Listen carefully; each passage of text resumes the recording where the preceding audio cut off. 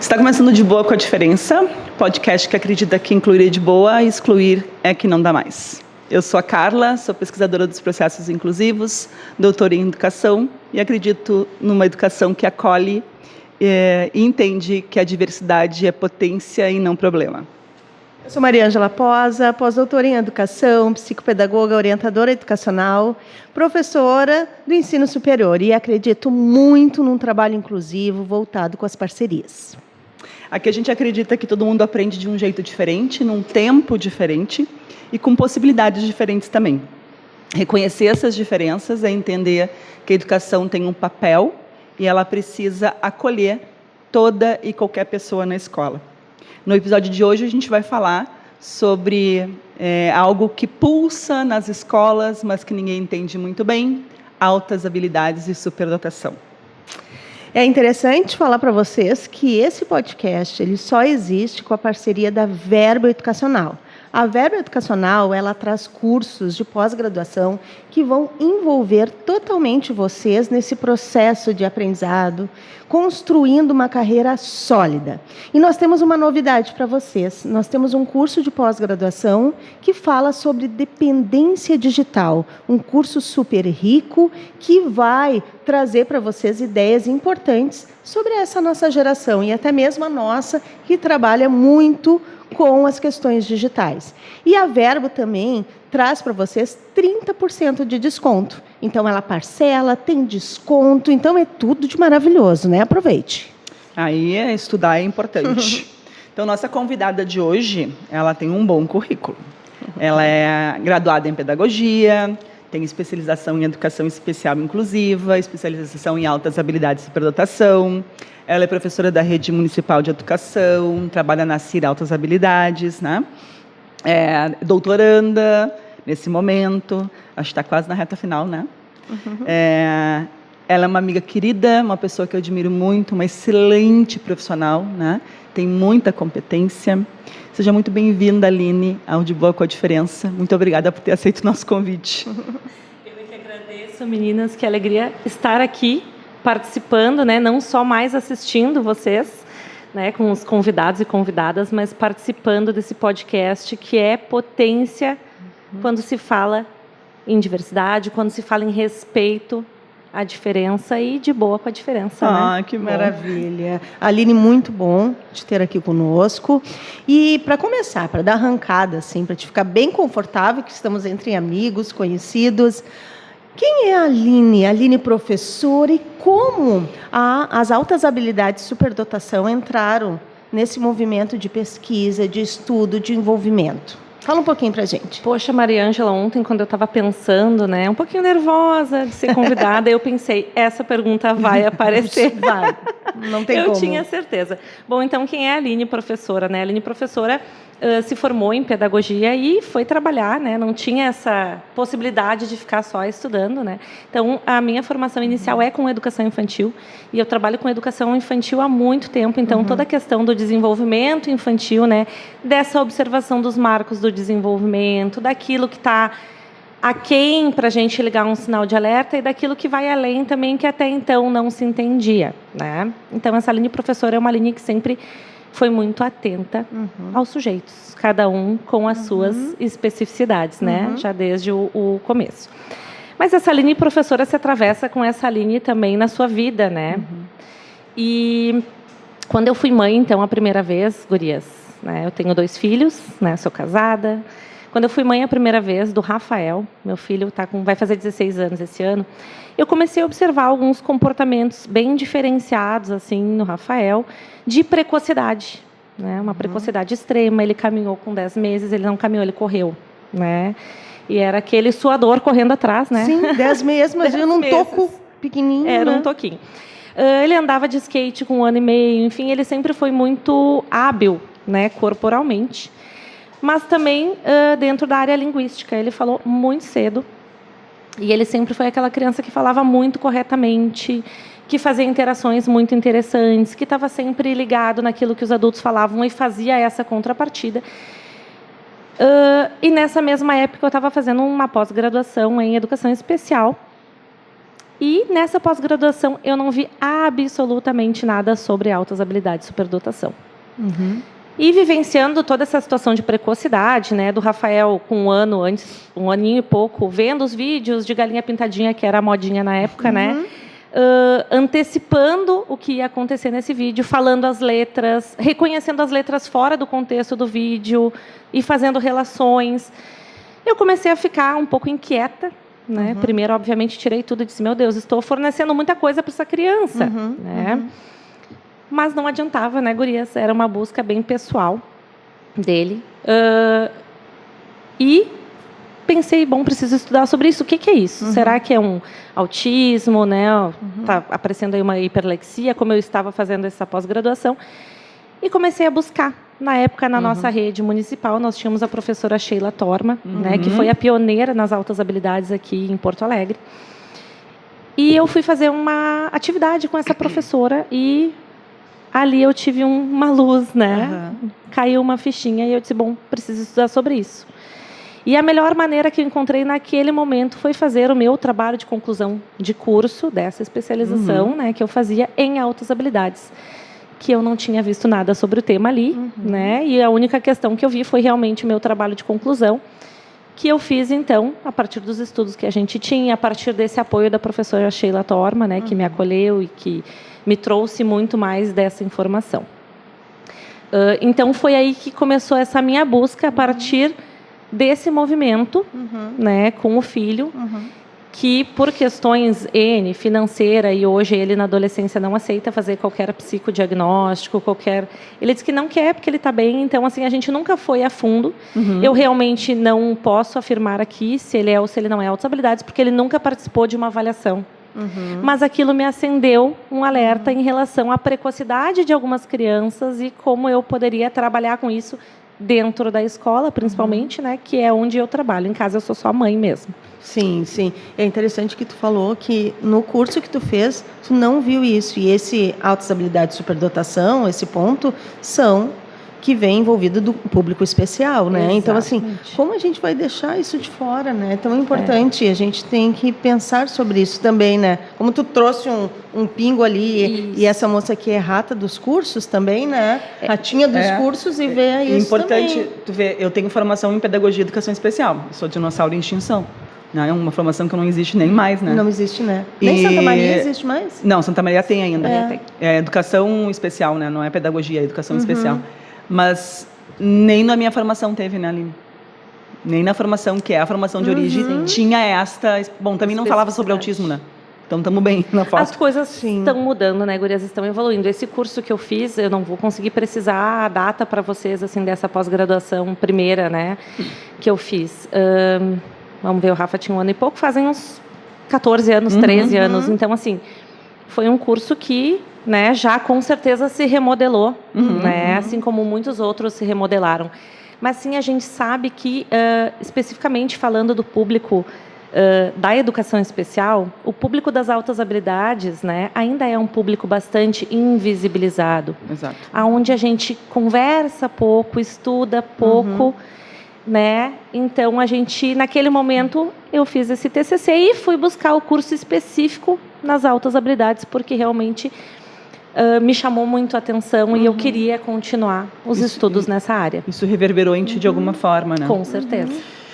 Muitas pessoas ainda acham, né, e tem esse conceito, né, de que altas habilidades é notas altas acadêmicas. É isso né? aí. Isso é o conceito social, né, que circula.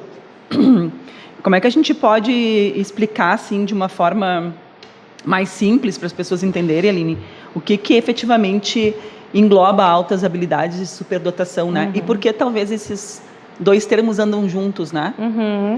Ok. Gurias, então, assim, falando desse teu primeiro questionamento, Carla, a gente pensa, e o que a gente entende, né, socialmente, muitas vezes são mitos, né? A gente escuta A muitas grande coisas, a maioria das vezes grande são maioria. mitos, né? Então, o que a gente escuta em relação à pessoa com altas habilidades de superdotação é isso, é a pessoa que é 10 em tudo, é a pessoa que vai fazer faculdade aos 15 anos, né? É o menino ou a menina, né, que então tem um grandíssimo talento que vai ser muito superior, né, em relação à média, e aquilo tem que estar muito latente.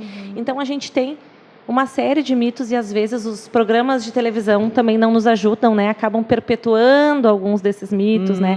O mito da genialidade, que todo mundo diz, né? Então, como tu falaste, notas altas em tudo, tem que ser bom em tudo. Comportamento maravilhoso é uma coisa que as pessoas pensam, não, mas então como é que ele tem altas habilidades de superdotação se o comportamento não é condizente, né? Não é bom, não é um bom comportamento. Isso também não está atrelado nesta condição, né? Então, e daí tu perguntaste também em relação a por que altas habilidades ou superdotação, né? Por que eles andam juntos? E daí tem algumas correntes, né, meninas? Mas a corrente que a gente entende aqui, o que o MEC nos traz, é que altas habilidades ou superdotação, elas são o mesmo conceito, né? Elas são a mesma coisa, significam a mesma coisa, para a gente falar aqui de forma mais fácil, né? Significam a mesma coisa, que é esse alto potencial. E daí a gente está falando em potencial, não necessariamente em realização, né? Porque esse potencial vai precisar de uma série de outras questões para que ele realmente venha a aparecer, né? Esse envolvimento, essa busca individual pelos temas de interesse, e a questão da criatividade, que é um pouco do que o autor, né, o teórico que eu me baseio, que é o Renzulli, traz para a gente enquanto caracterização das altas habilidades, né? Quem é esse sujeito com altas habilidades, afinal?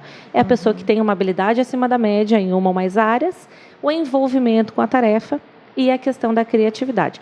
A nossa legislação, ela traz, então, também a sua caracterização, mas muito próxima do que esse autor traz. E daí eu trouxe um trechinho aqui para não esquecer, né, gurias? É muita coisa. Óbvio. Então, assim, essas nossas diretrizes, né, do MEC, ela diz que as crianças com altas habilidades de superdotação são aquelas que apresentam notável desempenho ou elevada potencialidade em qualquer um dos aspectos descritos a seguir, isolados ou combinados. Então, assim, capacidade intelectual geral, aptidão acadêmica específica, pode ser somente uma área, e daí as notas não necessariamente vão ser boas em tudo. Pensamento criador ou produtivo, capacidade de liderança, talento especial para artes visuais, artes dramáticas, música e capacidade psicomotora. Tá? Essa é uma das definições aí que nos traz a nossa legislação brasileira, muito pautada na teoria de Joseph Renzulli. Sim. Tu falou uma coisa importante, né? De ter potência, mas necessariamente não ter a realização, né? E eu acho que isso é que fica muito confuso para a escola, né? Porque chega na escola com essa ideia, né? Nossa, é um sujeito com altas habilidades. E a escola fica esperando, tá, mas cadê a alta habilidade? Sim, mas e cadê o trabalho para que isso se saliente, né? Porque ter isto não vai surgir naturalmente se não fizer nada. Isso, exatamente. A gente sabe que a questão, né, o funcionamento da pessoa com as habilidades, ele traz aí uma facilidade e rapidez na aprendizagem, mas essa aprendizagem precisa estar sendo proposta, né? Então, bom, a gente tem por exemplo, né, uma área específica aí da lógico-matemática. Se essa criança não tiver acesso ao conhecimento, como é que vai se dar essa aprendizagem rápida, né, e fácil? Isso não vai acontecer por osmose. Né? Então, sim, precisa de um trabalho, precisa de condições, e a gente está falando de um sujeito que não é só acadêmico, né, que não é só conhecimento, que não é só altas habilidades, superdotação, de um sujeito que é composto por muitas outras condições, né, sejam elas condições sociais, possibilidades, questões internas, né. Eu já tive muitos casos, então, de estudantes que não traziam, não demonstravam, digamos assim, tu falou, né, dessa demonstração da potência, por questões relacionadas à timidez. Então, assim, eu tenho uma série de produções ou uma série de estudos e pesquisas em casa, mas isso nunca apareceu fora da minha casa porque eu não me sinto confortável para mostrar. né? Então, para isso, Carla, precisa do trabalho. E para isso, e por isso, esses sujeitos são público da educação especial na perspectiva inclusiva e precisam do atendimento educacional especializado. Também para que se possa trabalhar com essa identidade da superdotação, para que se possa trabalhar, sim, as áreas de potencial, mas também as outras questões que esse sujeito vem necessitando, né? Área de potência e área que ele também precisa, a área que ele também está um pouco mais fragilizado. Então, tudo isso fala da necessidade desse sujeito de um olhar e de um atendimento específico. Sim. A gente falava tanto disso, né, Mari? Da importância da relação com o outro, né? Sim. Que eu acho que, antes de qualquer coisa, se a gente, enquanto ser humano, né, a gente precisa dessa relação com o outro para nos despertar para a vida. Né? A gente tendo uma alta habilidade, a gente não tendo, a gente tendo uma deficiência, a gente não tendo nada, a gente só sendo um ser humano. Se eu não tenho alguém para estar comigo, né? Para mediar o conhecimento ou para mediar o meu interesse pelas coisas, eu vou ficar estagnado. Sim. E esse é um dos pontos que a Carla trouxe sobre as questões dos mitos, né? Então, assim, parece que aquele sujeito que vai apresentando essas habilidades, só que essas habilidades elas devem ser trabalhadas, mediadas, né? Ele vai fazer tudo sozinho, não preciso nem chegar perto, né? Só que não é um mito, ele precisa de uma mediação, ele é o público da educação especial, ele está ali, ele precisa, inclusive, um atendimento na sala de recurso também, para potencializar tudo que ele vai apresentando, né, Aline? Porque isso é algo importantíssimo. Né? Não é só, e também não pode ser um achômetro. Eu acho que ele tem altas habilidades de superdotação. Eu acho isso, né? Não é assim esse que funciona. Ponto que tu toca, Mariângela, é muito importante, que é em relação a essa identificação. Né? A identificação das altas habilidades de superdotação. E daí a gente entra numa questão extremamente importante. A identificação das altas habilidades de superdotação, ela não é do campo médico, tá, gurias? Ela não é uma identificação médica, porque altas habilidades de superdotação, então, não está inserido no CID, no Código Internacional de Doenças, porque não é. Né? Não é uma doença, então, altas habilidades de superdotação. Quem é que vai fazer a identificação desse sujeito? Então, essa identificação pode ser pedagógica, psicopedagógica, psicológica, e daí cada profissão, né, vai ter os seus instrumentos para utilizar, para fazer suas testagens e para construir, então, esse parecer, né, de altas habilidades de superdotação, dizendo, bom, esse sujeito tem este funcionamento. Este sujeito, vou dizer um nome fictício aqui, o João, funciona dessa forma e tem essa e essas características. Porque a gente está falando da pessoa João, né, que tem essa questão, essa condição, né, de altas habilidades de superdotação, mas que funciona de uma forma única. Né? Então, quem é o João dentro das altas habilidades de superdotação? O que o João nos traz? Como é que é o perfil de aprendizagem do João? Né? Qual é o seu estilo de aprendizagem? Como é que ele traz os conhecimentos que ele já tem, né? Como é que é o pensamento dele? Então, isso é importante de estar nesse processo, né? Não é um número que vai nos dizer, né? A gente fala muito da questão das testagens de QI, quando a gente fala do processo de identificação, né? As testagens de QI são um instrumento importante, um instrumento psicológico, mas o ideal de uma avaliação, quando a gente está falando em altas habilidades de superdotação, é uma avaliação multiprofissional, para que a gente consiga olhar esse sujeito como um todo. E uma coisa assim, que é fundamental, né? Esse sujeito ele tem habilidades em algumas questões, só que o emocional muitas vezes, né? Ele fica bem fragilizado, ele fica sensível, né?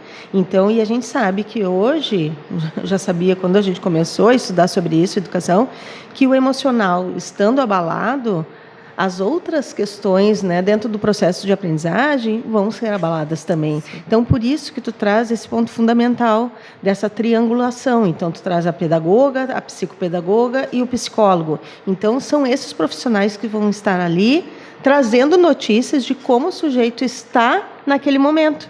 né? Exatamente. E ele, muitas vezes, pode ter estudado, se envolvido. Isso tem uma coisa cultural também de família, né? Né? Então, muitas vezes, eles sobressaem em certa área, só que aquilo ali não significa altas habilidades de superdotação, né? Porque a família tem, culturalmente, algo que vai proporcionar isso, né? Gosta de livros, viagens e tudo mais. Vamos Uma supor coisa na tem que língua, saber. né, gurias? Uma Na criança língua. que fala uma segunda língua, daqui a pouco a família é bilíngue. Exato. Né? Então, isso é uma Isso. coisa que está ali nesse meio, né? Essa criança esteve inserida. Então, quando a gente fala em altas habilidades de superdotação, a gente tem que pensar em tudo isso, né? Nesses contextos, nos processos dessa criança. Por isso que é tão importante esse olhar individualizado, né? E esse olhar multiprofissional. Lembrando sempre, como a Carla comentou, não é um achismo.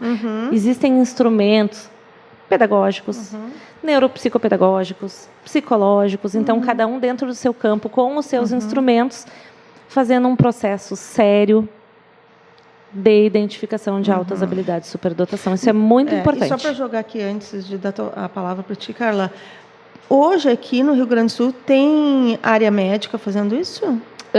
Sim. É só para dar uma jogadinha aqui. Então, cuidem, gente, porque isso é fundamental. A gente entender sobre esses processos e saber que nós temos profissionais que vão estar ligados a esse envolvimento e eles têm que ser valorizados como uma carreira, né? Isso é bem importante, Exato, né? exato. Eu acho que é a gente, de novo, né? A gente debate muito isso aqui. Pode parecer chato, gosto quem gostar. Também com 54 anos, estou pouco me deixando quem gosta e quem não gosta. Eu chutei o pau da barraca, o balde inteiro. Qual profissional faz o quê? É fundamental isso, né? Qual profissional é responsável pelo quê? E eu acho que a gente tem que estar bem ciente disso, né? Senão a gente vira um saco de gatos em cada um pode fazer qualquer coisa. E aí, bom, então eu posso ir lá para dentro de um tribunal defender um criminoso.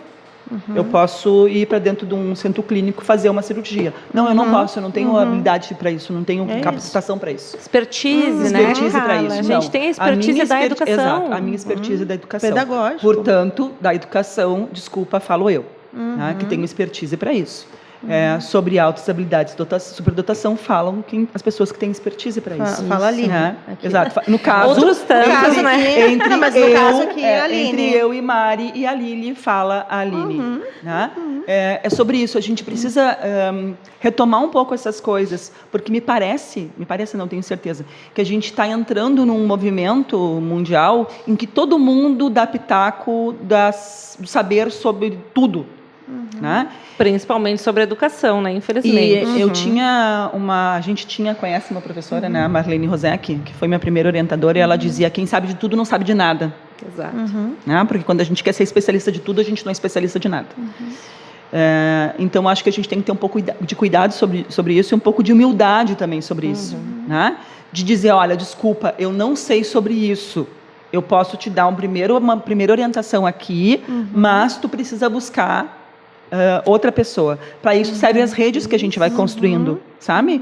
Então, a gente tem redes, né? Isso, e daí, Carla, eu te digo assim, bom, um médico, um pediatra, por exemplo, ele vê todo esse desenvolvimento, ele está suspeitando, encaminha para um profissional que faça um psicodiagnóstico, que faça um olhar pedagógico, psicopedagógico, enfim, para que se componha, então, né, esse parecer juntos. Isso. Bom, eu observei isso, tu observou aquilo, como é que vamos fechar? Ok, mas lembrando que CID, e eu tenho recebido, tá, gurias? CID, eu até não devia ter anotado para trazer CID? Aqui. De outras desordens de aprendizagem, eu não sei exatamente o CID, mas veio, então, recebi um estudante que tinha um CID específico e a pessoa, no final, botou entre parênteses altas habilidades de superdotação. Então, isso é muito importante que se diga. O CID, não tem CID, gente. Não tem CID. Tu pode ter, então, enquanto médico, essa suspeita desse processo e encaminhar para os profissionais para se fazer esse olhar mais, né, multiprofissional, multidisciplinar. Mas não coloca um CID porque esse CID não existe. Isso é bem importante, gente. É bem importante. É grave, né? isso. É grave. Pra gente, a gente precisa olhar para as coisas com mais criticidade. Né? Por isso que educação é ciência. Por isso que a gente estuda, por isso que a gente olha para as coisas com responsabilidade, né? Para não cair num laissez-faire, para não deixar as coisas caírem dentro de uma seara que não é uma seara educacional, né, Aline? Exatamente. Que características que, pensando assim, sou uma professora, não tenho conhecimento de educação especial, Aline, estou numa escola, lá, escola pública, tem um estudante que se destaca, sei lá, que sinais eu posso perceber? Que primeiras características que eu posso olhar para essa turma e isso me despertar? A gente chama dentro, né, do estudo das autossabilidades, a gente diz que são indicadores, né? O que são indicadores que já vão acender esse alerta para mim fazer algum tipo de estudo com esse estudante, né? Encaminhar para algum profissional, enfim. Alguns, né, Carla, a gente posso te trazer, assim, por exemplo, essa rapidez na aprendizagem que eu já citei antes. O senso de humor diferenciado, esse senso de humor que capta, às vezes, essas nuances que os adultos estão, né, fazendo. Aprendizagem rápida, facilidade, uma memória daquelas coisas que ele estuda, então ele traz essa memória, a articulação entre conhecimentos, conseguir pegar um conhecimento que ele, né, descobriu, estudou, enfim, e fazer articulação com outras questões, né, essa capacidade de generalizar. São algumas características de tantas outras que eu poderia, a própria criatividade, né, essa fluência de ideias, muitas ideias, nem sempre ideias factíveis, mas como existe uma fluência gigante, uma originalidade gigante, então a gente trabalha com alguns pontos a se olhar, né, que são esses indicadores. Os indicadores vão ser iguais em todos os estudantes? Não vão ser, porque a gente está falando, de novo, de um sujeito com toda a sua carga pessoal, aí, com toda a sua personalidade, com suas questões emocionais, então isso vai se observar de forma diferente. Então, algumas coisas que já aconteceram comigo aí, quando profs me indicaram estudantes para mim fazer a verificação pedagógica. Aline, ele não é muito organizado, assim, mas eu percebo que, às vezes, mesmo ele não copiando no caderno, ele é o aluno que me dá, que me faz muitos questionamentos. Normalmente é um aluno muito questionador, né? Eu sempre brinco com as pessoas, então é um aluno que responde tudo? Não é um aluno que questiona muito. Né? O aluno que responde tudo é um aluno que estuda para responder tudo. Um aluno que questiona numa profundidade maior. Então, esse aluno nem sempre está com o seu caderno em dia, mas ele me questiona numa profundidade que eu preciso ir buscar. Eu, professora, preciso estudar mais. Exatamente. Então, se a gente fosse olhar só a produção desse aluno em termos de organização, de caderno, de comportamento, talvez esse aluno não fosse indicado. Mas a gente tem que ter, então, esse olhar que vai filtrar isso. Bom, o aluno não está ali, talvez, produzindo, né? Daí a gente vai falar de novo de uma produção. O aluno não está numa produção intensa, acadêmica, mas ele é muito curioso e ele traz coisas para contribuir na aula, e ele me trouxe um livro, e ele contou uma história que ele foi buscar e fez uma relação lá com a outra matéria que ele está estudando. Então, isso chamou a atenção dessa professora. E esse aluno, né, que já faz um tempinho, foi investigado, avaliado, identificado com altas habilidades de superdotação. Hoje eu sei que ele é aluno da Universidade Federal, ele era aluno da escola pública, né? Porque eu vou acompanhando as vidinhas, né, gurias, claro, né? Hoje a gente tem a tecnologia que nos facilita. Mas então a gente tem que sempre pensar nesse sujeito que é individual e que vai demonstrar de formas diferentes esses indicadores, e que esses indicadores, eles não têm que ser vistos como um checklist. Então, eu tenho que fazer check em todos os indicadores? Não. Eu vou observar alguns, que é o que esse aluno está me mostrando, e vou entrar num processo sério de identificação. E quando tu diz assim, nesse checklist, né, desses indicadores, nós temos outros indicadores também que tu falou no início, assim, que seriam das artes, da liderança, e tem alguns outros, né, que não é só o acadêmico, que não é só ali na produtividade, né? Isso é bem pontual. E eu queria que tu falasse também, sobre isso, né? Que esses indicadores também vão indicar que, olha, chama atenção, vamos dar uma olhada sobre isso, né? Porque nunca a gente vai ter a certeza se não tiver os profissionais, né, dando notícias sobre isso. Mas tem que chamar a atenção do professor, né? Então, assim, não pode deixar passar, porque também são talentos que vão, né, sendo escondidos, que nem tu falou sobre a questão da timidez, né? Então, assim, essa timidez, ela é mascarada também em função daquele sujeito que ele já é maiorzinho, que ele não tolera algumas coisas, ele fica impaciente, né? Então, ele quer dar conta daquilo ali, tem uma demanda, sabe as respostas, e o professor, não é tua vez agora. só que ele tem aquilo, né? Queria que tu falasse um pouquinho sobre isso, né, que eu acho que é bem importante. Tá, ok. Em relação às outras áreas, né, não pensando somente na área acadêmica, como eu falei no início, né, liderança, área corporal, a gente tem que pensar que conceito de inteligência que a gente está usando, né, ainda hoje, para pensar esse estudante. Se a gente pensar um conceito de inteligência mais fechado, que vai abranger só questões acadêmicas, a gente não vai estar conseguindo vislumbrar esse estudante que tu comentaste, né? Um estudante que daqui a pouco tem um desempenho diferenciado, uma aprendizagem rápida, por exemplo, na questão artística. Então, a gente tem que quebrar um pouco do conceito de inteligência que a gente já vem quebrando, né? Que hoje a gente pensa numa inteligência mais multi-áreas, né? Multidimensional. É esse o conceito que a gente tem que ter, né? E poder olhar diversas áreas. O que acontece, o que Renzulli nos traz, é que, para ele, então, existem 2 tipos de autohabilidosos superdotados. O tipo acadêmico, que é o tipo mais tranquilo da gente vislumbrar na escola, porque realmente existe uma questão mais acima da média, né? Produtividade acadêmica.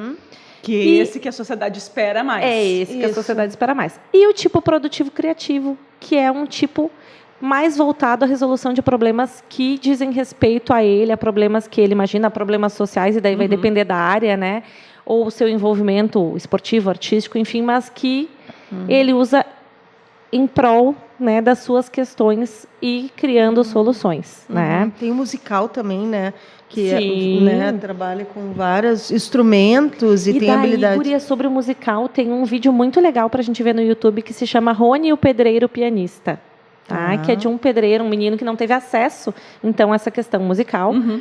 E que ele vai em busca, né, dentro de uma obra de um piano e sai tocando, e daí os colegas ficam impressionados. Foi, então, reportagem. E esse menino teve a chance, então, do que a gente chama de enriquecimento. Né? Ele teve a chance de ir para uma universidade, a professora, então, acolheu ele, fez todo um trabalho, e ela vem trazer, Maria Ângela, justamente tudo aquilo que a gente falou. Nossa, em pouco tempo ele já estava... Né, já tinha aprendido muito rapidamente, super concentrado naquilo que lhe interessava, né, envolvido, e já está tocando peças. Então, ela traz justamente os indicadores que a gente conversou nesse sujeito que já estava numa outra profissão por necessidade, né, por questões econômicas, sociais. Então, é bem interessante para a gente pensar um pouco nessas outras áreas que não acadêmicas.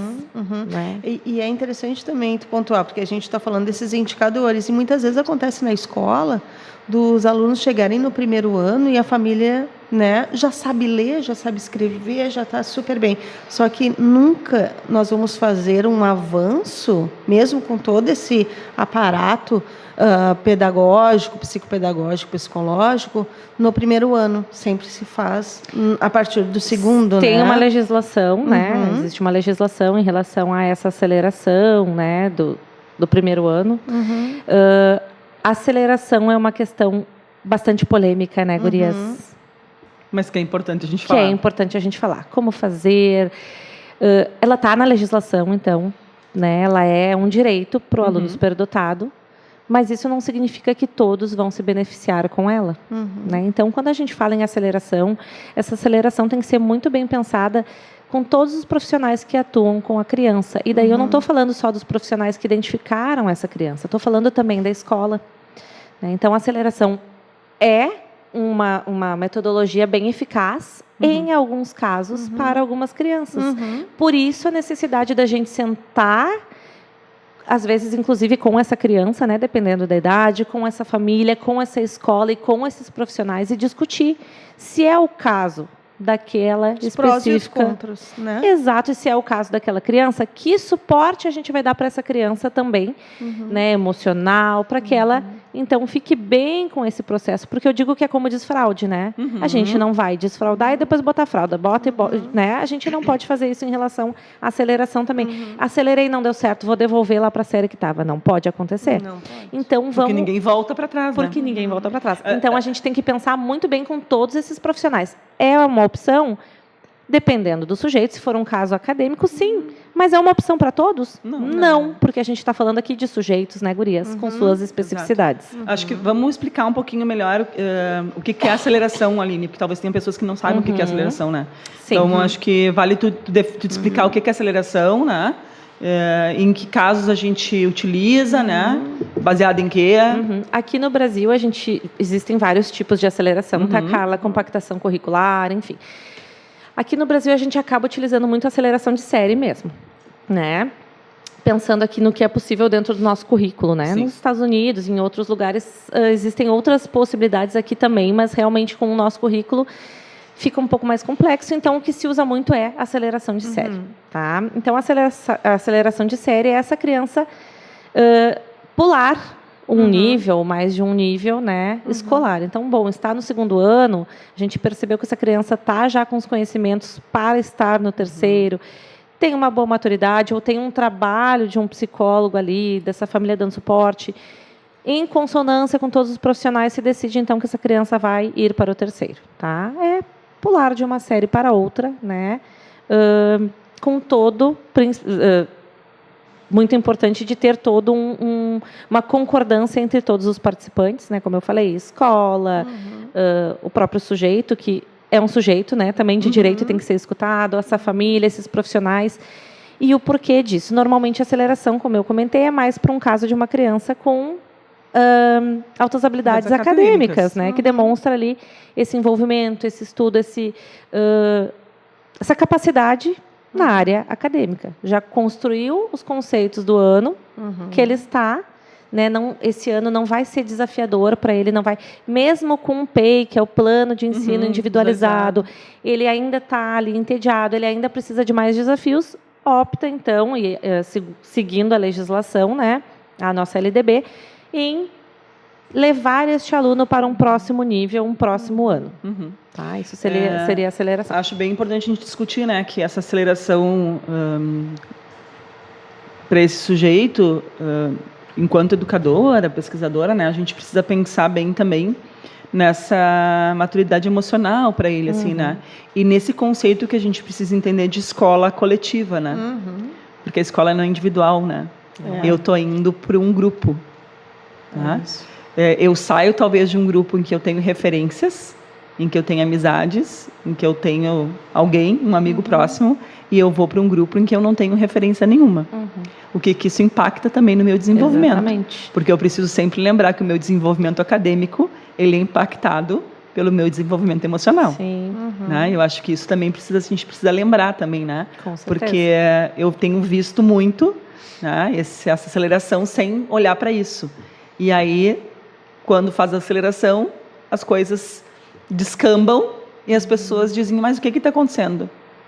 E aí chega na hora de pensar sobre e se dão conta que essa criança está num grupo com, sei lá, 2 anos à frente, sem nenhum vínculo afetivo, não tem nenhuma amizade, não tem nenhum suporte emocional, né? E está sofrendo. Exato. Por isso que eu digo, não pode ser feita de qualquer jeito. Todos os profissionais têm que estar não só dizendo vai acelerar, né? E eu acho, Carla, e eu penso, né? E não estou sendo contra a aceleração, não é sobre isso. Não é sobre não é sobre isso. Eu penso, gurias, que por isso que eu trago muito a importância do professor do AE, que é esse profissional que já estaria, né? Esse aluno tem direito ao atendimento. Então, esse profissional já atende esse estudante, já entende um pouco desses processos dele, não só de aprendizagem, como as questões, né, que ele traz, emocionais, e também de ouvir esse estudante, porque às vezes já tive casos do estudante dizer, mas eu não quero.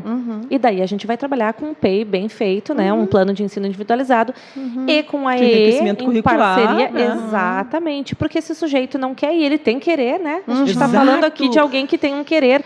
Então esse querer do aluno é muito importante. Eu não quero, eu tenho os meus amigos estão aqui. Eu realmente não quero. Uma criança maior já tem condições de dizer, né, se quer ou se não quer. Né? Não quero fazer esse processo, eu tenho laços muito fortes, né? E eu não quero perdê-los aqui nesse momento escolar. Então, é uma relação importante da convivência com a família também, porque a família muitas vezes, né, ela vai para cima e quer que ele se desenvolva, como se ficasse aquela janela, né, interrupta ali, né, que tu tem que dar conta. E aí agora tu falou, aí eu já vou dar a palavra também para Carla, só para não perder o fio da meada, a questão do papel do professor de AE, que, como tu disseste, né, ele está dentro do público da educação especial, ele necessita também ter essa oportunidade na sala de recurso. Tá, e esse professor vai ouvir, que tu falou, Tá. Só que os projetos que são desenvolvidos com os alunos com altas habilidades de superdotação é diferente dos outros projetos que vão ser desenvolvidos, né? Sim. Fala, Carlinha, para não perder. Não, pode falar sobre isso. Porque é isso. Dentro do atendimento educacional especializado, a gente sabe o quão difícil é trabalhar com todo o público, né? Eu estou falando aqui de um espaço que trabalha, de um AE que trabalha somente com altas habilidades. Porque, sim, é muito diferente, né? São projetos de enriquecimento. E na própria lei já marca muito essa diferença, né? O que a lei diz? Que o atendimento educacional especializado para altas habilidades ele é suplementar. Né? O atendimento educacional especializado para a deficiência, para o TEA, ele é complementar. Então, a gente vem justamente para trazer o além, digamos assim, né? Que esse enriquecimento, que, né, como vocês viram, eu trabalho pelo viés do autor Renzulli, que traz justamente o enriquecimento. Então, o enriquecimento, o que eu vou trazer para esse aluno de aprofundamento nos conteúdos, que talvez sejam conteúdos que ele esteja, né, trabalhando ali no próprio ano ciclo dele, mas como é que a gente vai aprofundar esses conteúdos? Avançar, desafiar. Desafiar, trabalhar sempre, né, o professor do AE, porque tanto eu frisei a importância, né? E daí deixa eu só te dizer que o AE é um direito também para esse sujeito, né? Está lá na legislação. Mas por que eu frisei tanto essa importância do professor? Porque ele vai trabalhar também de forma colaborativa. O trabalho do AE não é só dentro do AE. O trabalho do AE é em articulação com toda a instituição, com toda essa escola. Né? Então, é esse professor que vai sentar com o professor lá de sala de aula e conversar com ele. O que a gente vai fazer, então, para o Joãozinho? Como é que a gente vai organizar o PEI, o Plano de Ensino Individualizado, a fim de desenvolver, a fim de desafiar o Joãozinho. Né? Então, é um professor que, na minha concepção, é fundamental para os processos inclusivos dentro de uma escola. E tu acha que teria que ter um profissional que atendesse só altas habilidades de superdotação dentro da sala de recurso? Porque hoje, nas escolas, pensando na realidade das escolas, nós temos um profissional que vai atender as 3 demandas e ainda outras demandas que surgem também. Outras demandas. Várias, né? Sabemos que a gente vai ter que organizar isso. Mas, na tua concepção assim, de produtividade, de acolhimento, o que seria uma dica importante para as escolas, trazendo isso que tu trouxe agora, né? Gurias, hoje, se vocês forem se eu, né, estou dentro de um AE, se eu for um AE generalista, né, que atende todas as especificidades, se chegar um estudante com deficiência visual hoje no meu AE, eu vou precisar sentar e estudar muito sobre deficiência visual, né? Porque não é a minha expertise, a gente falava de expertise antes, né? Em todas as áreas da educação especial, a gente vai ter as nossas expertises. Exato. A gente sabe aqui que a expertise da Carla é o TEA, né, Carla? Então, assim, eu hoje, para mim, se tu me trouxer um estudante para mim fazer todo o processo, né, inclusivo dele, enquanto professora do AE com deficiência visual, eu vou ter extrema dificuldade. Vou ter que correr muito atrás. Obviamente, a gente entende os processos inclusivos, né, e estão atuando dentro das salas de AE com esse professor que é esse professor de AE generalista, que atende, então, todas as especificidades. Dificílimo, né, gente? É muito complexo. E daí a gente está acostumado a complementar, porque todas as outras áreas são complementares. E daí chega um estudante que a gente vai precisar suplementar. Como fazer isso? Esse professor vai ter que estudar também. E a gente sabe que o professor não passa 24 horas dentro da escola, ele tem também sua vida pessoal, né, gurias? Isso é um processo, os processos inclusivos são extremamente, para que eles ocorram, extremamente necessário que esse professor faça formações, que esse professor esteja em constante formação. Mas a gente está falando da realidade onde as coisas não acontecem dessa forma. E daí a gente colocar né, um monte de estudantes diferentes é complexo. Será que isso não seria um impedimento das matrículas estarem diminuindo para todos os sujeitos na escola? Porque assim, ó, nós falávamos isso, acho que foi com a Valéria ou com a Fernanda. Nós falávamos sobre isso, sobre os alunos estarem sendo atendidos nas escolas. A partir do momento que tu tem Marcir, que vem essa nomenclatura aqui do Rio Grande do Sul, pela Maura, pelo Cláudio Batista, enfim. E aí depois uma sala multidisciplinar, né, multifuncional, multifuncional, ela tem que atender a todos. Então, assim, fica um ponto de interrogação aí, né? Porque é uma coisa da gente pensar e dialogar, né? Como esse podcast é para a gente questionar algumas coisas Que pode também ser, se ele não pode, se não tem o profissional para atender. Eu queria trazer outra coisa para a gente discutir também, antes que perguntem, que minha cabeça já está lá na frente, tá? A tua fala do generalista, minha cabeça já foi para frente. Antes que perguntem, mas Carla, como assim o professor na sala de aula comum atende todos eles? Boa. E daí é generalista. Boa, pode. Boa. A gente precisa fazer algumas diferenciações aqui. Um professor do AEE, ele precisa saber sobre todos os processos de desenvolvimento desse sujeito. Ele precisa dar conta de todas as formas de adaptação do conhecimento, porque é ele que vai subsidiar esse professor do ensino comum sobre como adaptar, sobre como esse sujeito constrói os seus processos de aprendizagem, sobre como é a melhor forma de avaliar esse sujeito, sobre como ele se aproxima do objeto do conhecimento. Eu sou professora do ensino comum, eu não sei nada sobre altas habilidades. Eu sei sobre matemática, português, ciência e geografia. A Aline precisa saber tudo sobre altas habilidades para poder me dizer como eu vou fazer na minha sala de aula. Ela precisa saber tudo sobre deficiência visual para me dizer como me aproximar da sala de aula. Ela precisa saber tudo sobre autismo para me dizer como é que eu vou me aproximar do aluno que eu tenho com autismo em sala de aula. Então, é um conhecimento extremamente específico. É isso que a gente fala que o generalismo, ele diminui um pouco a especificidade. Porque eu não tenho como professora de AEE conseguir, não tem como. Não tem como, gente. Não tem como. Eu não consigo ter esse aprofundamento necessário, responsável, sobre tudo. Eu tenho formação em deficiência intelectual e autismo. Eu sei muito sobre isso, mas eu não tenho a mesma profundidade em altas habilidades de superdotação, eu não tenho a mesma profundidade de EV, eu não tenho a mesma profundidade em surdez.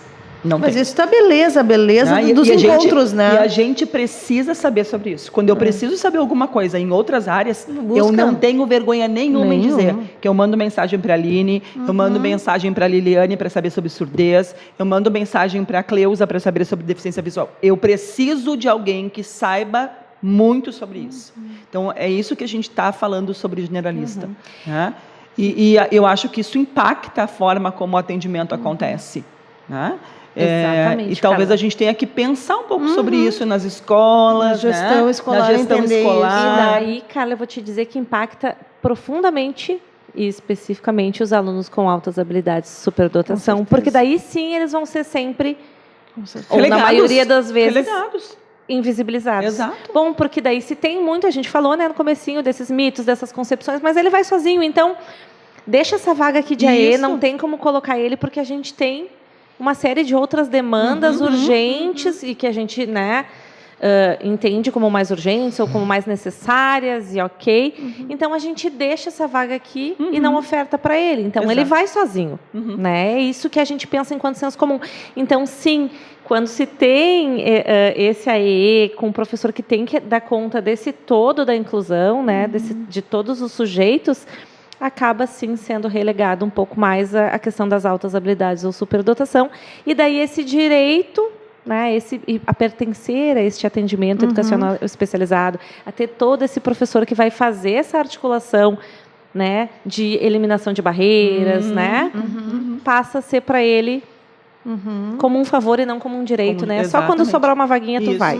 Né? E aí a gente vai ter os resultados que são resultados educacionais, né? Que são os problemas educacionais. Bom, se eu não tenho atenção, se eu não tenho aquilo que enriquece meu trabalho, se eu não tenho aquilo que enriquece meus interesses, se eu não tenho um olhar, só me resta incomodar aqui nesse espaço que não olha para mim. E aí a gente vai ter os problemas de comportamento que são educativos. Exatamente. Né? Que acontecem em função de uma educação que não atende às minhas necessidades. Não são da minha pessoa. Exatamente. Não são da minha condição. Não nasceram comigo.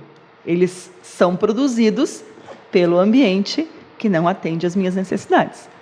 Né? Então, não são do Pedro, da Maria, do João, da condição que ele tem. São gerados pelo ambiente que não atende às condições. Né? Então, é muito para além a gente pensar, né? Por isso que eu acho que é... E aí, eu volto para... que eu estava aqui para te perguntar. por que a autossabilidade está dentro da educação especial, né? Já está respondido, né? Que é isso, né? A Já gente está atende respondido. as pontas, né? Porque tudo que é diferente, né? Exato. E daí eu até comentei lá no comecinho, né, do trabalho, que lá no AE, por exemplo, a gente, vai trabalhar com áreas suplementares, com enriquecimento, aprofundamento, mas daí teve um momento que eu falei sobre, eu vou trabalhar também com eles a identidade da superdotação, que eles se perceberem, se entenderem, justamente para não causar essas questões, né, Carla? Para que eles entendam também sobre pertencimento, para que eles tenham esse grupo dos pares, né, que são outros alunos também nessa mesma condição. E daí eu vou contar para vocês de um estudante bem pequeno, que eu atendia muito, logo no comecinho, né, do AE, logo quando eu entrei. E ele tinha muita dificuldade de se integrar com os pares e ele queria muito jogar xadrez no recreio. Só que ele estava no primeiro ano do fundamental. E daí ele dizia, Soraya, ninguém brinca comigo, ninguém gosta de ficar perto de mim. Sim, gente, ele lia livros do Harry Potter, do Percy Jackson. Né? Ele amava mitologia, né? Mitologia grega, mitologia nórdica. Eu tinha que estudar também, né, para estar ali trabalhando com ele esses conceitos. E quando ele entrou no AEE, entrou um outro estudante que tinha esse mesmo gosto da mitologia. E eles começaram a fazer e formar esse grupo, esse par, né? E começaram a, então, ficar junto nos recreios, jogar o seu jogo. Senhora, eu não quero ficar de correria. Eu não gosto. Eu quero jogar meu xadrez, eu quero ler meu livro, eu quero... E isso não significa que ele seja inábil socialmente. Isso significa que ele precisa encontrar esse par, né? Que vai ter uma semelhança aí de interesses. Então, isso também é um trabalho que o AE proporciona, né? Que eles encontrem esses pares, que eles façam as trocas, não só mediadas por mim, professor do AE, mas também entre eles futuramente, porque vão crescer, vão adolescer, vão ter esses grupos, né? Que vão ser os grupos de interesse mesmo. E isso é bem interessante também do AE. Essa é a continuidade da pergunta que eu vou te fazer agora, porque tem uma questão de isolamento, né, desse sujeito, né, que nem o teu pequenininho disse, eu quero jogar xadrez, tá? E ele acaba se isolando de uma certa forma, né? Então, para encontrar esse par também não foi uma coisa fácil, né? Então, o olhar do professor nesse momento é tão, né, importante, né, não só do professor de AE, mas o professor que está ali, os outros especialistas também da educação física, informática, todos os outros, para observarem qual é essa relação sem deixar aquele sujeito isolado, né? Isso, por vezes existe essa busca pelo isolamento em função, né, como eu falei, não de uma inabilidade, mas às vezes da escolha pelos pares, às vezes um trabalho coletivo proposto, mas eu não quero fazer o trabalho coletivamente, porque eu tenho uma autoexigência, uma autocrítica muito grandes. Então, eu prefiro fazer sozinho, né, e entregar algo mais elaborado, não quero fazer junto, porque, né, não é uma inabilidade. Às vezes, é uma escolha por questões relacionadas às altas habilidades de superdotação. Mas encontrar o par é extremamente importante, né? Todo mundo quer, como disse a Carla lá no começo, né, andar de mão com alguém no sentido de preciso ter minha rede. Relação. Exato. Preciso ter uma minha rede. Então, assim, essa construção vai depender, sim, dessa mediação de todo o ambiente escolar. Bom, e daqui a pouco algumas escolas, né, privadas têm essa possibilidade dos grupos, os grupos de estudo, as oficinas, e eles vão se encontrando nesses nichos por interesses, né? Mas o AE também possibilita que esses encontros aconteçam, porque, como eu vou repetir, não é uma inabilidade, às vezes é a busca por um par intelectual, né, que favoreça suas discussões, que... A importância da mediação, né, na sala de aula, né? Então, assim, a gente fala muito sobre o acolhimento e o cuidado no olhar, né? Então, a partir do momento que eu vou estar olhando aquele sujeito que está na sala de aula, eu consigo também entender e identificar, né, os outros colegas que ainda não se relacionaram, porque também tem uma questão de aproximação, né?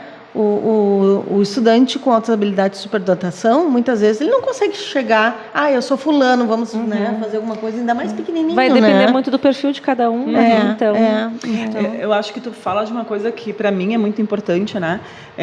Esses professores, esses profissionais, seja o professor da sala comum ou seja o professor do AE, entenderem que, por trás da superdotação, das altas habilidades, existe um sujeito com uma subjetividade presente. Com certeza. Né? Que tu fala sobre a inabilidade social, mas tu está falando que isso representa uma subjetividade, que ela pode não ser uma inabilidade social, Sim. ela pode ser a falta de um encontro com alguém que seja meu par, né? Alguém que me entenda, alguém que queira discutir mitologia exatamente. nórdica comigo. Que é isso? Né? Que muitas vezes pode encontrar um professor que vai estar conversando ali. Exatamente, e por isso, uma das características, gurias, inclusive, é essa busca ou por uma criança mais velha, ou por um adulto, porque é onde vai encontrar né, esse par de discussão, esse elo. E daí eu fico pensando, como a gente tem a tendência de teorizar tudo e de querer sempre uma explicação que seja uma explicação teórica, né, especificamente para aquilo, para aquela característica. Não é isso que a gente busca enquanto ser humano, Aline. A gente não busca alguém para conversar sobre as coisas que a gente gosta, alguém que a gente se aproxima para falar daquilo que nos interessa, tu entende? A gente não busca os afetos da gente, a gente não se relaciona com as pessoas que ecoam os nossos interesses também. Exatamente. Mas por que eu posso ter no meu círculo de amigos pessoas que pensam sobre educação inclusiva, que pensam sobre autismo?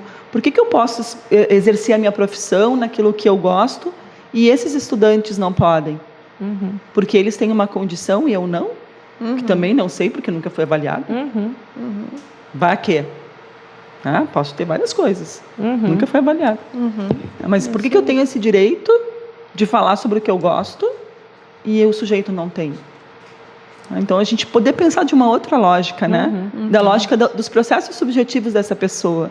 Né? E não só das condições que o outro tem, né? Porque tu fala sobre isso, né? Quem sabe se oferecer para ele um grupo de RPG, que é muito comum hoje nas escolas, que funciona muito, né? Que é uma ferramenta, que era uma ferramenta social de jogos, né? E que hoje é uma ferramenta de trabalho, uma ferramenta educacional, né? E isso também dentro, daí pensando mais na questão do conteúdo, né? Por vezes esse estudante tem uma outra forma, por exemplo, de registro. Por que eu não posso ofertar para esse estudante, que é um pouco o que o Renzulli traz, dentro de um trabalho coletivo? Estou estudando a Segunda Guerra Mundial, por exemplo. Por que eu não posso ofertar para esse estudante que dentro desse estudo desse período, ele faça um estudo sobre a moda desse período? Exato. Que se dividam em grupos, um faça sobre a moda, um faça sobre o arsenal bélico, um faça sobre... Então, por que não pode ser ofertado de uma forma mais que a gente vai trazer, né, como um desenho universal para aprendizagem? Porque é conhecimento, tu também entende? E ele vai estar apresentando dele, mas vai estar ouvindo do colega, né? E depois o professor pode fazer a amarração disso tudo. Por que não pode ser ofertado dessa forma? Por que tem que ser um texto com 10 questões e eu responder essas questões? Sobre a mesma situação. Só sobre a mesma, sobre o mesmo olhar, né? Exato. Que é o olhar ali da Segunda Guerra do processo. Porque sobre a Segunda Guerra tem tantas coisas para a Tem gente saber. tantas coisas. Então, isso é trazido aí, né, do Renzulli, referente a isso. Ele não nomeia como desenho universal para aprendizagem, mas ele traz sobre o enriquecimento para toda a escola, né, trazer outras formas. Por que esse meu aluno não pode registrar com um mapa mental? Eu vou estar vendo ali se ele tem o conhecimento ou não sobre o que eu preciso ver. Né? Então, é a gente entender que existem outras formas de aprender, de registrar, né, porque não de registrar nos mostrar por um vídeo, porque não podcast, por um podcast, por uma história em quadrinho. Gente, tem então, tantas formas. E que a gente fala muito, então, né, nesse viés do desenho universal para aprendizagem. Isso é importante porque na pluridocência a gente precisa muito desse olhar também, né? Fazer diferente, né? Desconstituir também essa questão que é só o papel, que pode dar um anúncio da potencialidade do sujeito, da condição, porque o que tu falas é sobre a questão da adaptação do currículo com outro olhar, com um olhar de potencialidade daquele sujeito, beneficiando a todos. Porque aí tu propõe. Eu costumo dizer, né, é muito mais tranquilo tu fazer um planejamento olhando para o sujeito que tem dificuldade. Porque aí tu vai beneficiar a todos, vai explorar e as coisas vão acontecer de uma maneira mais tranquila, né? E também tem uma coisa, né, Aline? Se não deu certo naquele momento, muda a rota, faz de uma outra forma, retorna, vê o que não foi legal. E ninguém está dizendo que é fácil, né, Maria Ângela? É um processo, é um processo contínuo, sempre, né? Não. E que às vezes a gente vai conseguir, vai fazer, né, todo esse processo de né, uso do desenho universal e vai atingir. E tem momentos que a gente não vai conseguir, que a gente vai precisar dar uma, né, uma atividade mais estruturada, que vai precisar registrar de determinada forma. A gente está falando que existem várias possibilidades e que a gente pode estar utilizando essa diversidade. Maravilhoso, é isso aí. É isso aí. Me diz uma coisa, tu falou muito sobre mitos, né? Existe ainda muitos mitos que dói assim nos teus ouvidos, assim, que tu diz, meu Deus do céu, que muitas vezes a gente perde um pouquinho a paciência, mas tenta ser elegante, né? Algumas pessoas. Algumas vezes. Mas assim, de coisas que tu tá sempre pontuando, falando, que cabe também uma sensibilidade daquele sujeito de entender que não é sobre esse olhar. Então, tem alguma coisa ainda que grita nos teus ouvidos? Tem. Inclusive, é o que se passa pelas redes, né, pela TV, o mito da genialidade, né, gurias? O mito da genialidade que traz consigo aí toda essa questão de tem que ser o melhor na escola, tem que tirar notas maravilhosas, porque ele é altas habilidades, logo ele é um gênio, né? E a gente sabe, então, que o gênio, se a gente for pensar em um grande gênio da humanidade, gurias, quem que vocês citam? Einstein. O Einstein teve dificuldade no processo escolar, né? Porque, né, a gente tem muita questão de uma habilidade específica para a resolução dos problemas, provavelmente um produtivo criativo, né? Então a gente pensa na genialidade que tem que produzir alguma coisa, né? Grande. Que é um gênio. E daí o superdotado nunca consegue alcançar, né? Criança com altas habilidades nunca vai conseguir. E esse, para mim, é o mito que mais grita, porque é o mito que vai está diretamente vinculado a não acreditar nessa identidade de altas habilidades de superdotação desse sujeito, porque ele, né, pode até ser que em algum momento ele traga aí algum produto que vá, né, trazer um benefício, mas pode ser que não. Claro. E daí eu digo para vocês, enquanto professora do AE, claro que a gente trabalha, né, os enriquecimentos, a produção de ideias, de conhecimento, mas eu fundamentalmente penso que se os meus estudantes que passaram por mim ali no atendimento educacional especializado para altas habilidades, saírem se compreendendo e forem felizes na sua vida com as suas escolhas, sejam elas quais sejam, eu vou ter feito o meu trabalho. Com certeza. Né? Então, Ótimo. mas esse mito é o mito que mais me incomoda e é o mito que aparece, né? A criança que estuda horrores para conhecer um mapa só pelo metade do desenho dele que apareceu ali. Então, a gente espera que todos sejam assim, e daí isso não nos ajuda. Claro, e tem uma fala assim muito, né, peculiar dos professores. Muitas vezes tu vai dizer assim, ó, esse aluno tem altas habilidades. Não mesmo, porque ele é inquieto, ele não para sentado. Ainda tem isso, né? E já ouvi tanta coisa, Maria Ângela, inclusive de dizer da escola indicar o estudante era de uma área, né, acadêmica, lógico, matemática, e o professor de história dizer, mas a história ele é bem burrinho. Né? Olha, então isso é muito complexo, né, gente?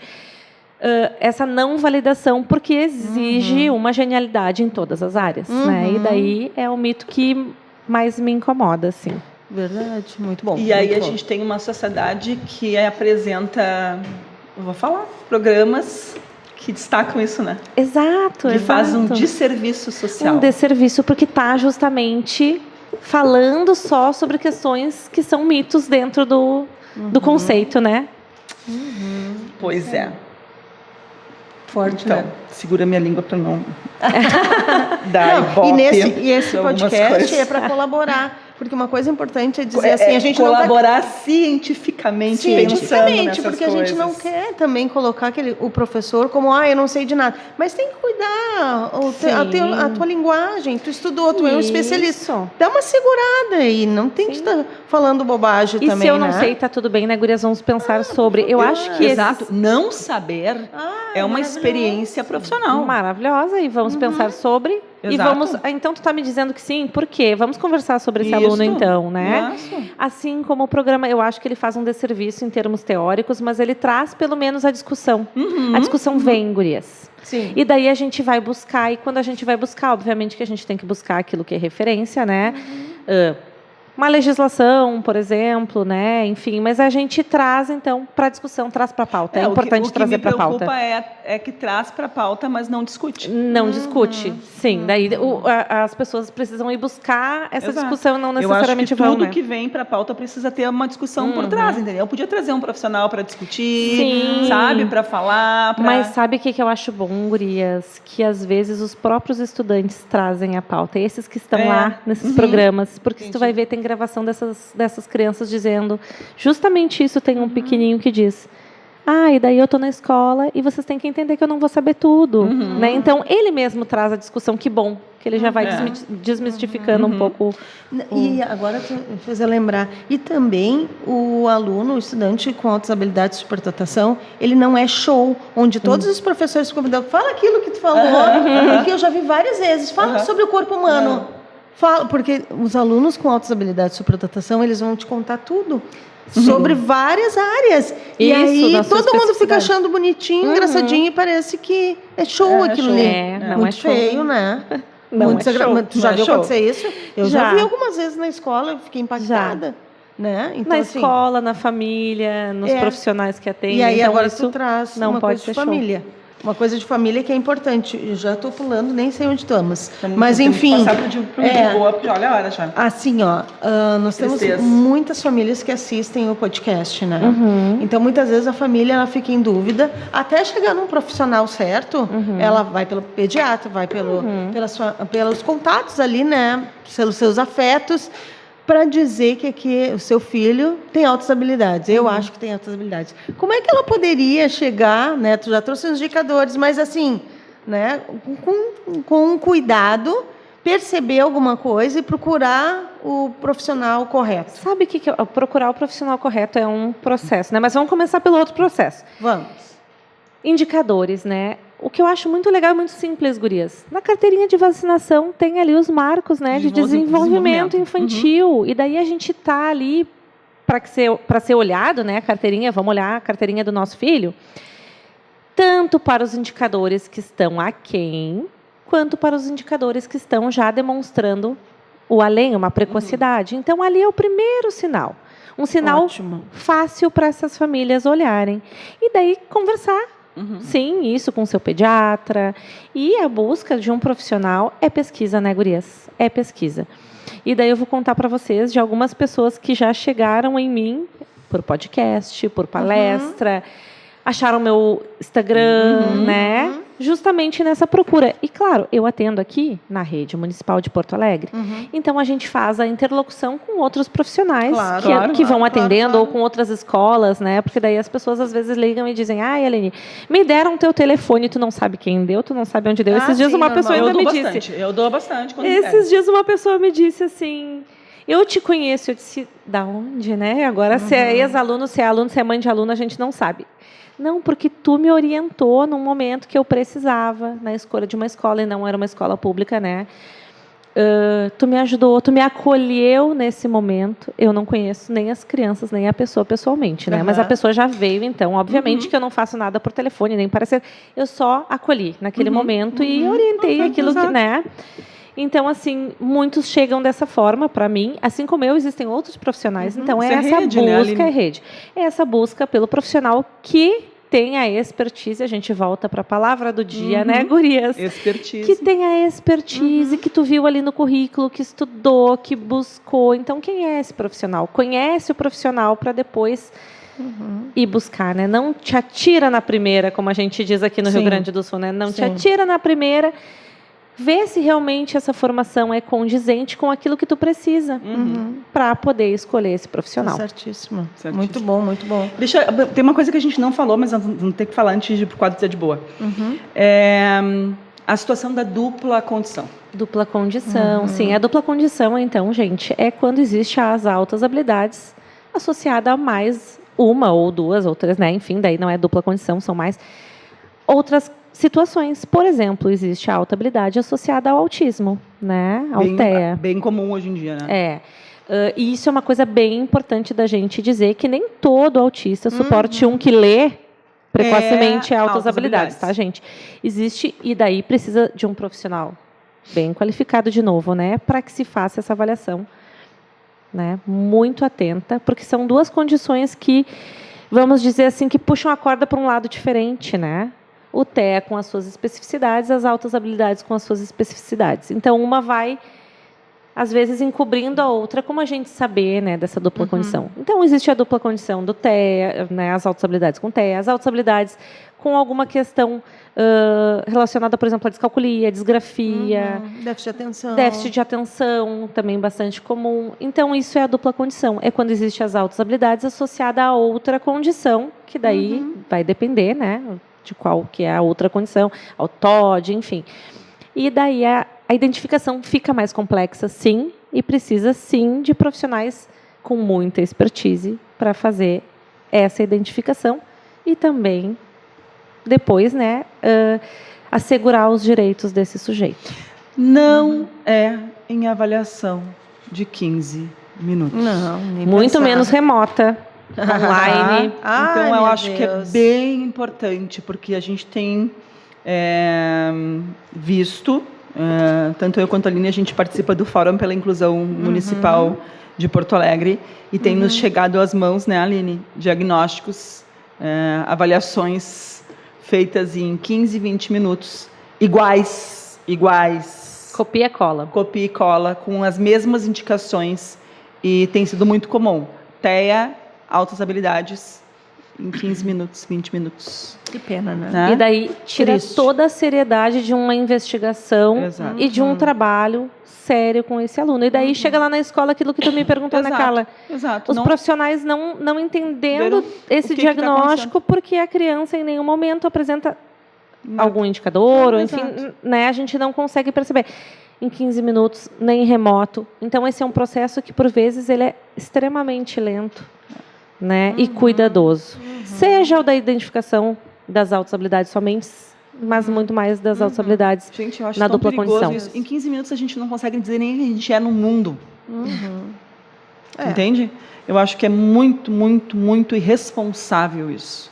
É uma Então, reflexão que Para as a pessoas têm que gente fazer. marcar isso, as famílias pensarem isso, assim, é para desconfiar, cara. Ah, mas ele tem muita experiência. Não, ele não tem responsabilidade nenhuma para fazer isso em 15 minutos. Tem que ter cuidado.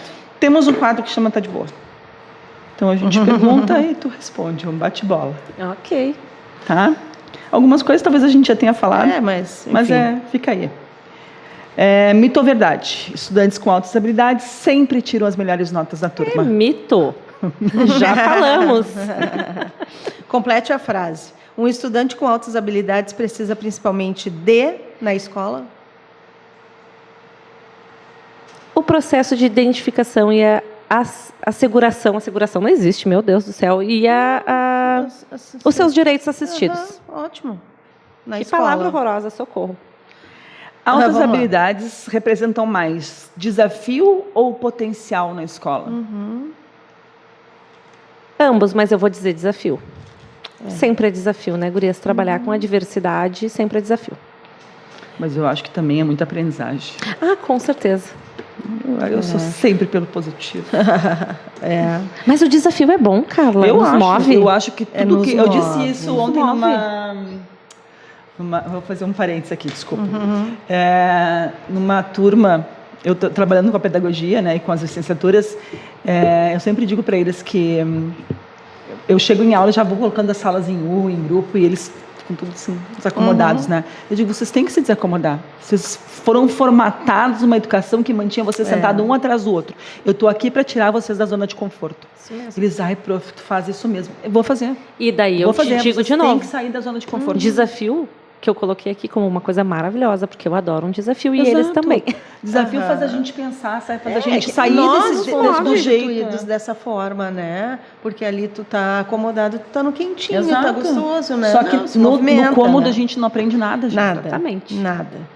Vamos ver, um mito ou verdade, né? A gente gosta dessa palavra porque acontece muito, né? Estudantes superdotados não precisam de apoio pedagógico porque aprendem sozinhos. Mito, né, gente? Vamos por lá. favor. Precisam e têm direito garantido em lei. Aham, ótimo. Direito garantido em lei. Vamos lembrar disso? Uhum.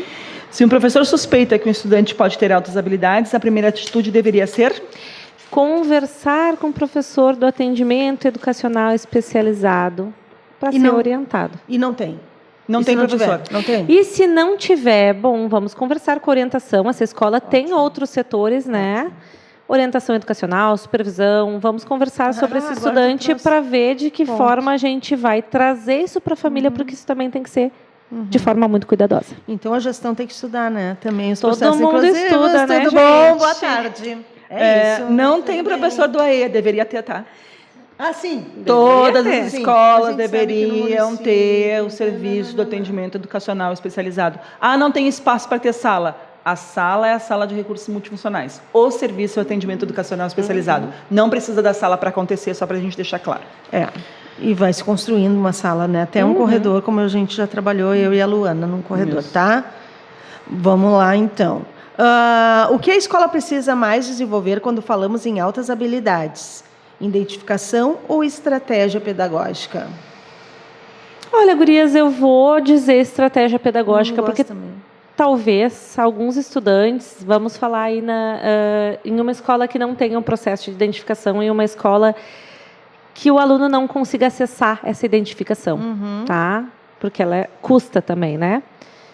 É mais importante eu ter um diagnóstico, um parecer, ou eu saber lidar com esse estudante em sala de aula e ter as estratégias que vão efetivar? Perfeito. Ter as estratégias, né? Aham, porque é o funcionamento, né? É. Não, perfeito. Com certeza. Perfeito. Com certeza. Mito ou verdade, então? Altas habilidades aparecem mais nas áreas acadêmicas, como matemática e linguagens? É mito, né, gente? Só que o problema é que a gente acaba identificando mais nas áreas acadêmicas. É. Porque elas parecem mais importantes, né? Não só por parecer mais importantes, mas são a que a escola mais observa, né? Então acaba que A mais gritante. a mais né? gritante, porque daí é a que mais é observada. As áreas artísticas e outras áreas acaba ficando relegada em relação à importância que se dá, né, para as áreas De acadêmicas. volta, Sim. a gente volta para a importância. Falamos já sobre isso, né? A gente dá importância para isso. É. Artes, pensamento reflexivo, Liderança. capacidade de liderança, isso não tem valor. E a importância, agora tu traz um dado dessa relação da clínica com o educacional. Então, muitas vezes, tem o psicopedagogo clínico que vai olhar para isso, porque está 1 a 1, tu consegue perceber os talentos ali, as habilidades, Isso. enfim, a gente pode usar um nome mais, né, que vai se adequar, e que pode trabalhar na escola com um potencializador, né, ali. Então, assim, pode fazer projetos que vão colocar esse sujeito no lugar de destaque também. É tão importante isso, né? Onde ele possa trabalhar com a sua área de interesse e potencialidade. Isso é fundamental, né? Vamos lá, então. Na tua trajetória, o que mais te surpreendeu ao trabalhar com os estudantes com altas habilidades? Ser desafiada, gurias. Isso eu imagino. Por eles, né? Isso eu é imagino. surpreendente e delicioso. Me faz buscar, Certo, fica pensando, meu Deus, o que é isso, né? Porque... me faz buscar cada dia mais. coisa Porque um boa. deles já me disse, quando me trouxe um desafio, ai, prof, e eu acabei desistindo, tá, gente? Não consegui. Ai, prof, eu sempre pensei em toda a minha vida, era uma criança de 9 anos, que os professores fossem muito inteligentes, mas daí a senhora desiste do desafio que eu trouxe. Então, eu adoro eles me desafiando. Muito verdadeiros, né? Não, E é isso, a gente também, enquanto professor, tem que estar flexível a isso. Exato. E não sabemos tudo. Não, e e eu estou aqui aceitar para isso, aprender né? com eles, isso é surpreendente. Isso é uma 9 reviravolta para a gente, enquanto educador, né? A gente entender isso faz toda a diferença. É Que verdade. amor, que amor. Uma escola inclusiva para estudantes com altas habilidades é uma escola que... Que seja inclusiva para todos e qualquer um. Muito bem. Se você pudesse dar um conselho rápido para os professores que têm estudantes com altas habilidades na turma, qual seria, Aline? Trabalhem colaborativamente com o professor do AE e estudem sim, né? Mas principalmente eu acho que sejam felizes, se divirtam nesse processo, né? Entendendo que o erro, tanto deles quanto nosso, né? Faz parte. Faz parte e é aprendizado. Eu sempre digo para meus alunos, a única certeza que eu tenho como educadora é que eu vou errar bastante. Isso aí. É a única certeza que eu tenho. Muito bom. Existe alguma característica desses estudantes com altas habilidades que as pessoas geralmente não imaginam? deixa eu pensar, gurias. É que existem tantas características, vai depender muito de cada um, né? Como a gente falou. Mas eu não consigo pensar aqui agora em alguma que não se imagine. O senso de humor, talvez, né? Porque é visto muito como sarcasmo, como esse... Talvez, não é que não imaginam, mas a não associação a isso como uma característica. Ótimo. Fica a dica. Para ti, ser de boa com a diferença significa...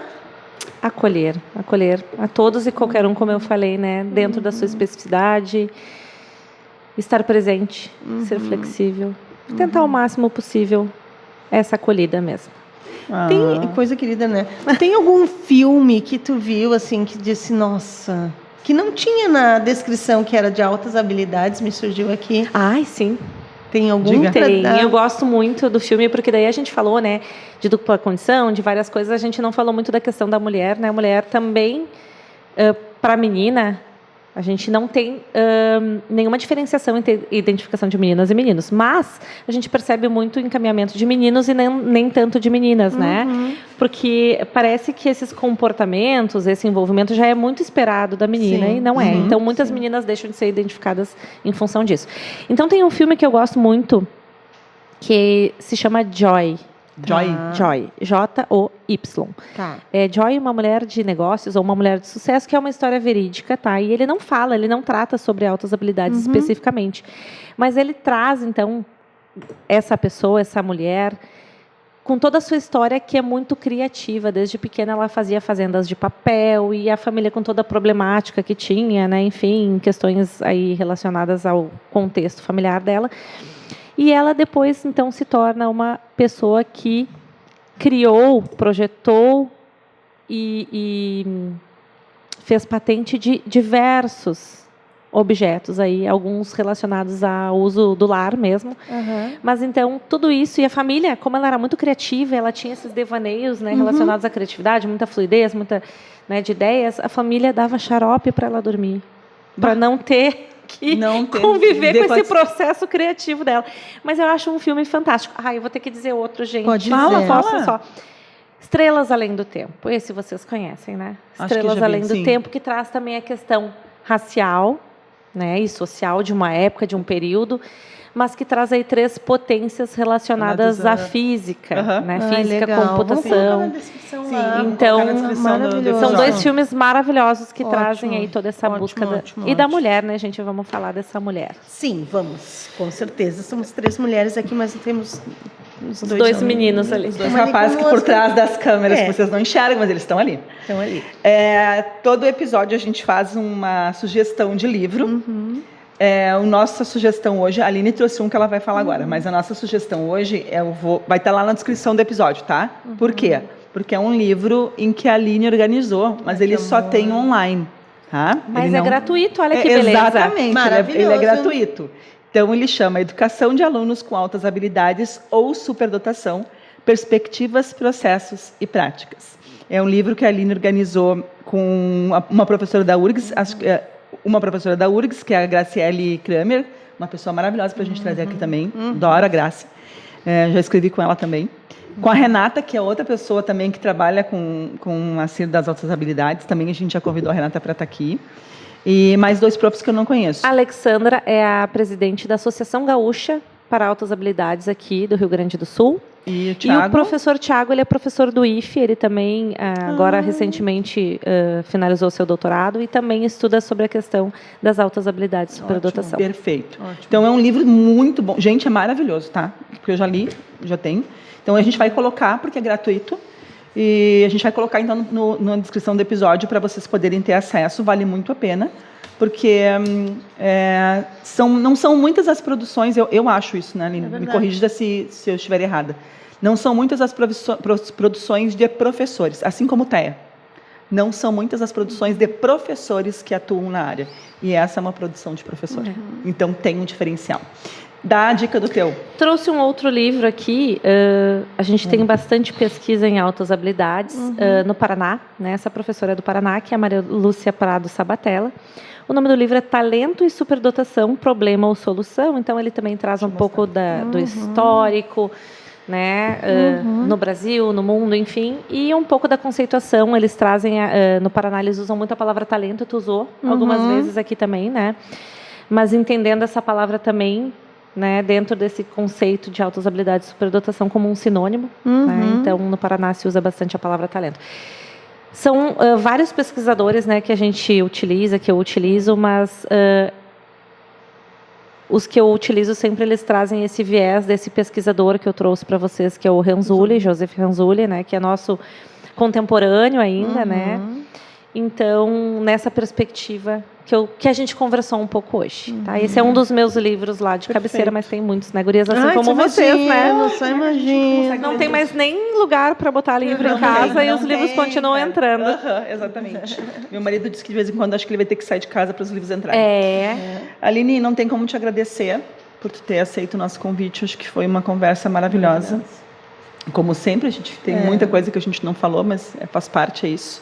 Fica a dica para a gente poder fazer um outro episódio aí, né? E vamos poder conversar mais coisas, né? Tomara que o episódio se propague aí, que as pessoas possam entender um pouquinho, né, do que é o trabalho com autousabilidade e superdotação, o que é esse sujeito, esse acolhimento que precisa ter e o conhecimento, né, na área. Então, só gratidão por ter vindo conversar com a gente, ter aceitado o convite, né?